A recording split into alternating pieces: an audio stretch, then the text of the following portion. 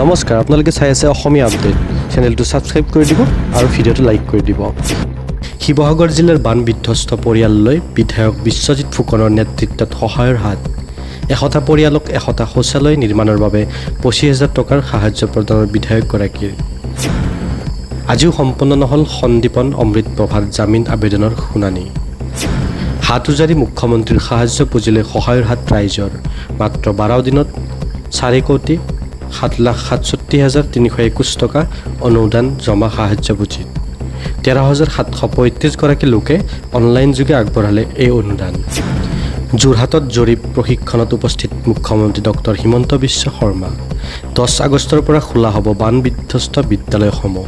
ক্ষতিগ্ৰস্ত জিলাত জৰীপ সন্দৰ্ভত আজিৰে পৰা হ'ব প্ৰশিক্ষণ।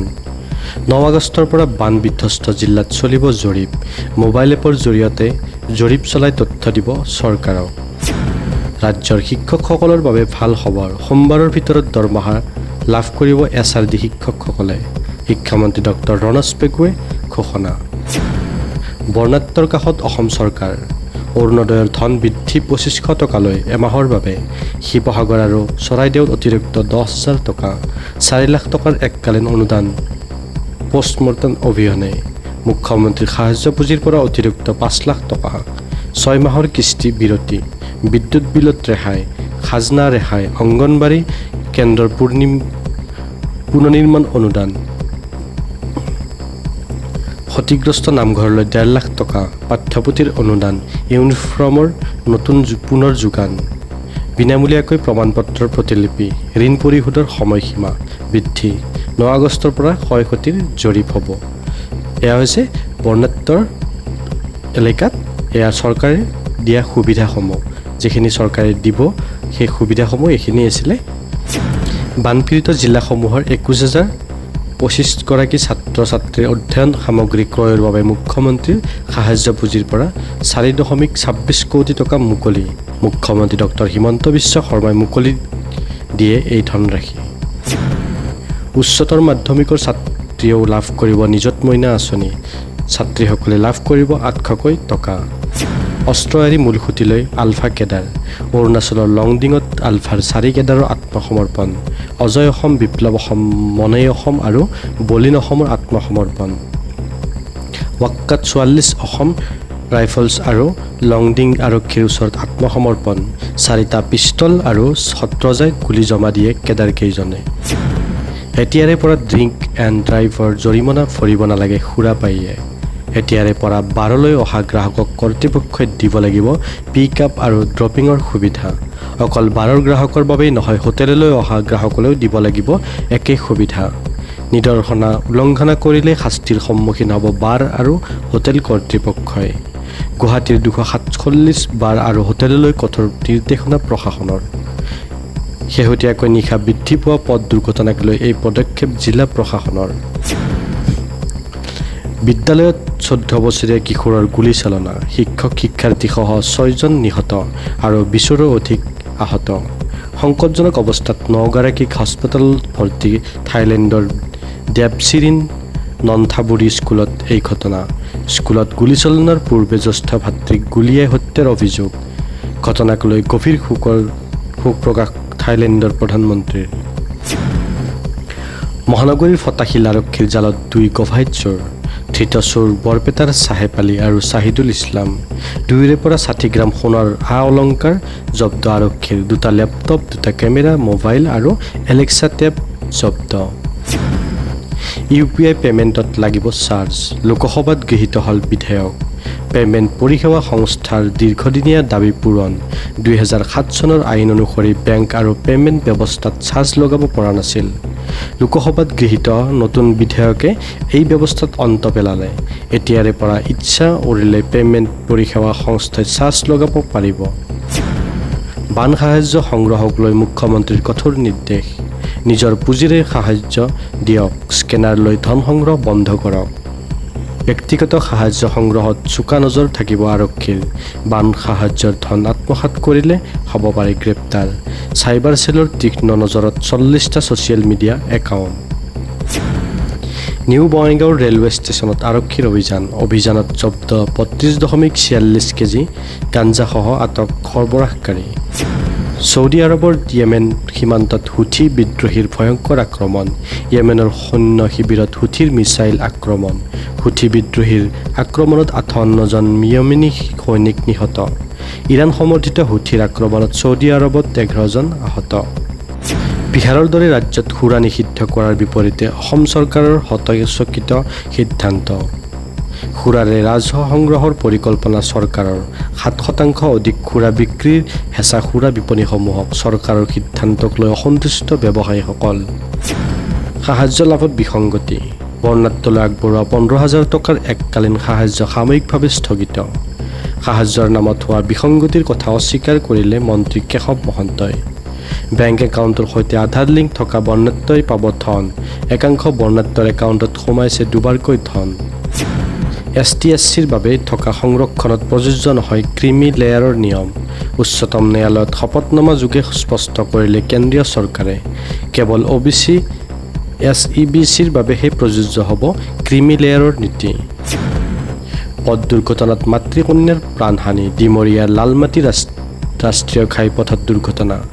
তীব্ৰবেগী বলেৰো বাহনে মহতিয়ালে স্কুটি আৰোহীক। মৃত মহিলাগৰাকীৰ নীলাক্ষী ইংতি ৰাহাং।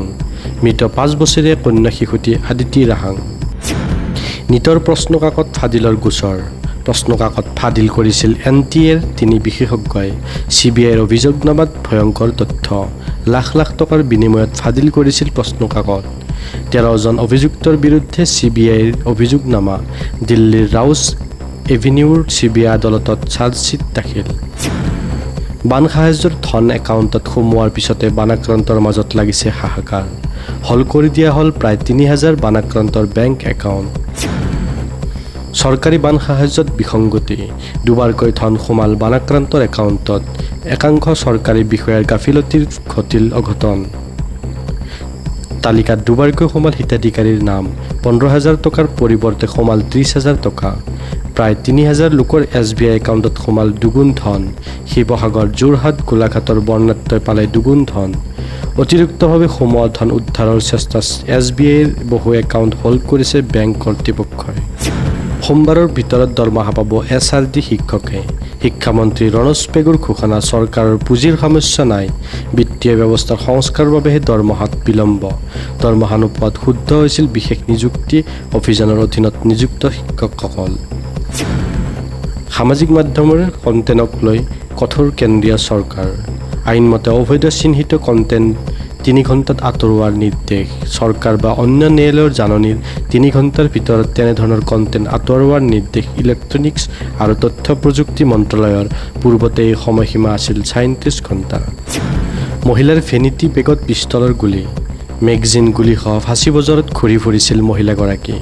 দিছপুৰ আৰক্ষীয়ে জব্দ কৰিলে গুলী আৰু মেগজিন। 57726/26 নম্বৰত ৰুচুগুজৰ। থানালৈ তলব মহিলাক। অহা 5 বছৰত নিকা ব্যৱস্থাৰে 2 লাখ নিবনুৱাক নিযুক্তি প্ৰদান কৰিব বুলি মুখ্যমন্ত্ৰী ডক্টৰ হিমন্ত বিশ্ব শৰ্মাৰ ঘোষণা। অসমত বিজেপি নেতৃত্বাধীন NDA চৰকাৰে অহা 5 বছৰত 2 লাখ নিবনুৱা যুৱক যুৱতীক চৰকাৰী পদত নিযুক্তি প্ৰদান কৰিব বুলি মুখ্যমন্ত্ৰী ডক্টৰ হিমন্ত বিশ্ব শৰ্মাই কালি পুনৰ ৰাজহুৱাভাৱে ব্যক্ত কৰে। গুৱাহাটীত হোৱা নিযুত মইনা আৰু নিযুত বাবু আঁচনিৰ আবেদন পত্ৰ বিতৰণৰ শুভাৰম্ভণি অনুষ্ঠানত উপস্থিত থাকি শিক্ষাৰ্থীসকলক উদ্দেশ্যি মুখ্যমন্ত্ৰীয়ে কয় যে ভাৰত তথা অসমত কৰ্মসংস্থাপনৰ সুবিধা দ্ৰুতগতিত বৃদ্ধি পাইছে। যদিও সংস্থাপনৰ পাবৰ বাবে শিক্ষাৰ্থীসকলকে নিজক উপযুক্ত কৰি তুলিব লাগিব। ৰাজ্যৰ 126টা বিধানসভা সমষ্টিত প্ৰায় ৩,০০০ কিলোমিটাৰ পথ আধুনিকৰণৰ কাম নিৰ্ধাৰিত সময়ত সম্পূৰ্ণ কৰিবলৈ মুখ্যমন্ত্ৰীৰ নিৰ্দেশ। মুখ্যমন্ত্ৰী ডক্টৰ হিমন্ত বিশ্ব শৰ্মাই কালি নিউ ডেভেলপমেণ্ট বেংকৰ সহযোগত ৰূপায়ণ হ'বলগীয়া অসম পথ নেটৱৰ্ক উন্নয়ন প্ৰকল্পৰ অগ্ৰগতিক লৈ বিষয়াসকলৰ সৈতে এখন পৰ্যালোচনা বেংক বৈঠকত অংশ লয়। বৈঠকত প্ৰকল্পটোৰ অধীনত ৰাজ্যৰ 126টা বিধানসভা সমষ্টিত প্ৰায় ৩,০০০ কিলোমিটাৰ পথ আধুনিকৰণৰ কাম নিৰ্ধাৰিত সময়সীমাৰ ভিতৰত সম্পূৰ্ণ কৰিবলৈ মুখ্যমন্ত্ৰীয়ে বিভাগীয় বিষয়াসকলক নিৰ্দেশ দিয়ে। ইফালে কেন্দ্ৰীয় মন্ত্ৰীসভাই কালি অসমৰ বাইহাটা চাৰিআলিৰ পৰা মঙলদৈ হৈ তেজপুৰলৈ যোৱা 135.87 কিলোমিটাৰ দৈৰ্ঘ্যৰ ৰাষ্ট্ৰীয় ঘাইপথটো 4টা লেনযুক্ত পথলৈ উন্নীত কৰাৰ প্ৰস্তাৱত অনুমোদন জনাইছে। এই প্ৰকল্পৰ বাবে কেন্দ্ৰীয় চৰকাৰে 8,970 কোটি টকা ব্যয় কৰিব। এইসকল শিক্ষকৰ ভালভাৱে ভাল খবৰ।